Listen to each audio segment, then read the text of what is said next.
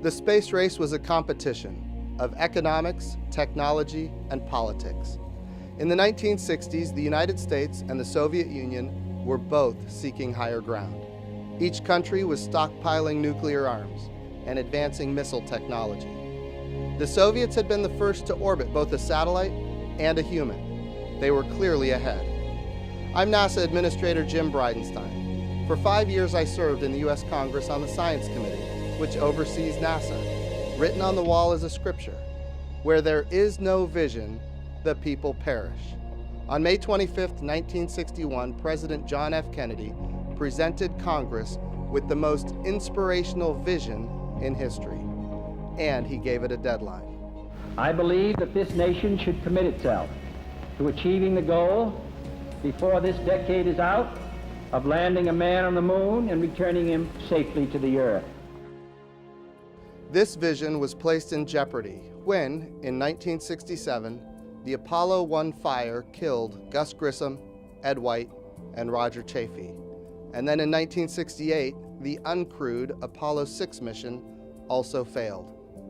Still, the Soviets planned to fly around the moon as early as the end of 1968.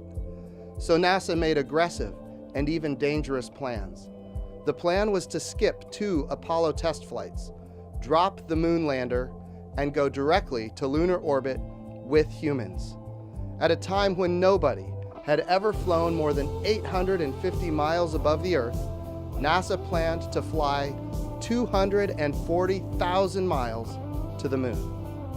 NASA considered the risks. The Saturn V rocket had never flown a crew before. Its previous mission was a failure.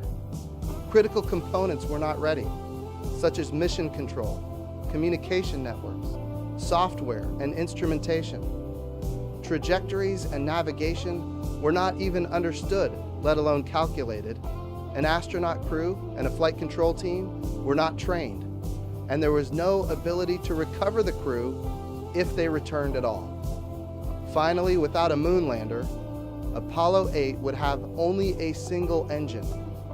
It would need to be reignited many times to get to the moon, to enter lunar orbit, to change orbits while at the moon, to exit lunar orbit, and to fly back to Earth. In the previous mission, that single engine failed to reignite even once. If it failed now, our astronauts would be lost forever. The optimum Earth-Moon alignment would place Apollo 8 in orbit around the moon in just 4 short months. A dangerously aggressive schedule, given all that was needed to be accomplished. Even more worrisome, our astronauts would be in lunar orbit on Christmas Day. Any failure would wreck Christmas for the entire nation. NASA worked overtime, and NASA was dedicated. The engines are on. 4, 3, 2, 1, 0. We have commit. We have liftoff. We have cleared the tower.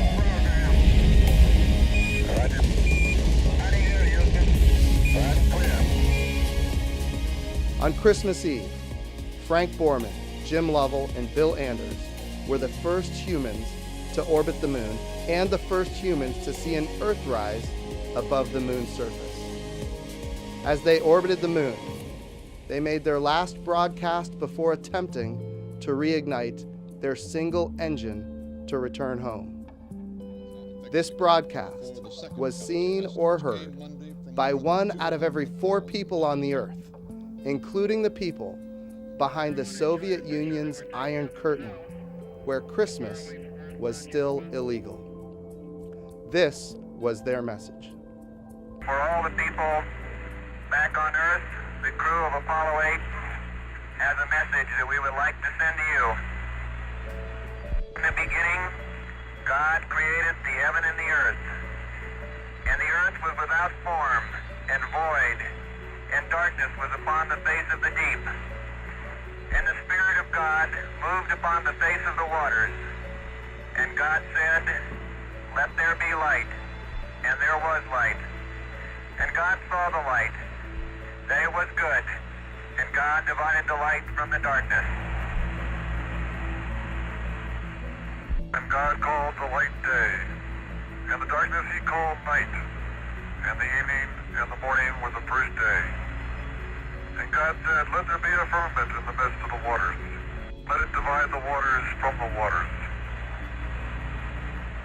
And God made the firmament, and divided the waters which were under the firmament from the waters which were above the firmament. And it was so. And God called the firmament heaven, and the evening and the morning were the second day.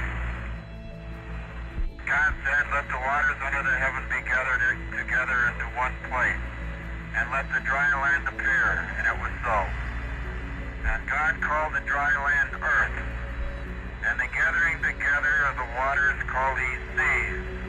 God saw that it was good.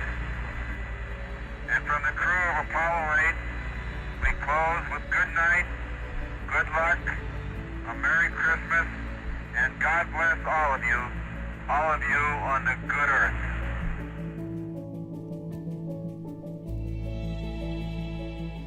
Today, we are still striving for higher ground. This time, we're doing it with our international partners, including Russia. This holiday season, remember NASA's daring feat of 1968. Think about the people who risked their lives and the people who gave their lives to preserve our freedoms, including the freedom to celebrate Christmas. Merry Christmas, Happy Holidays, Happy New Year's, and Ad Astra.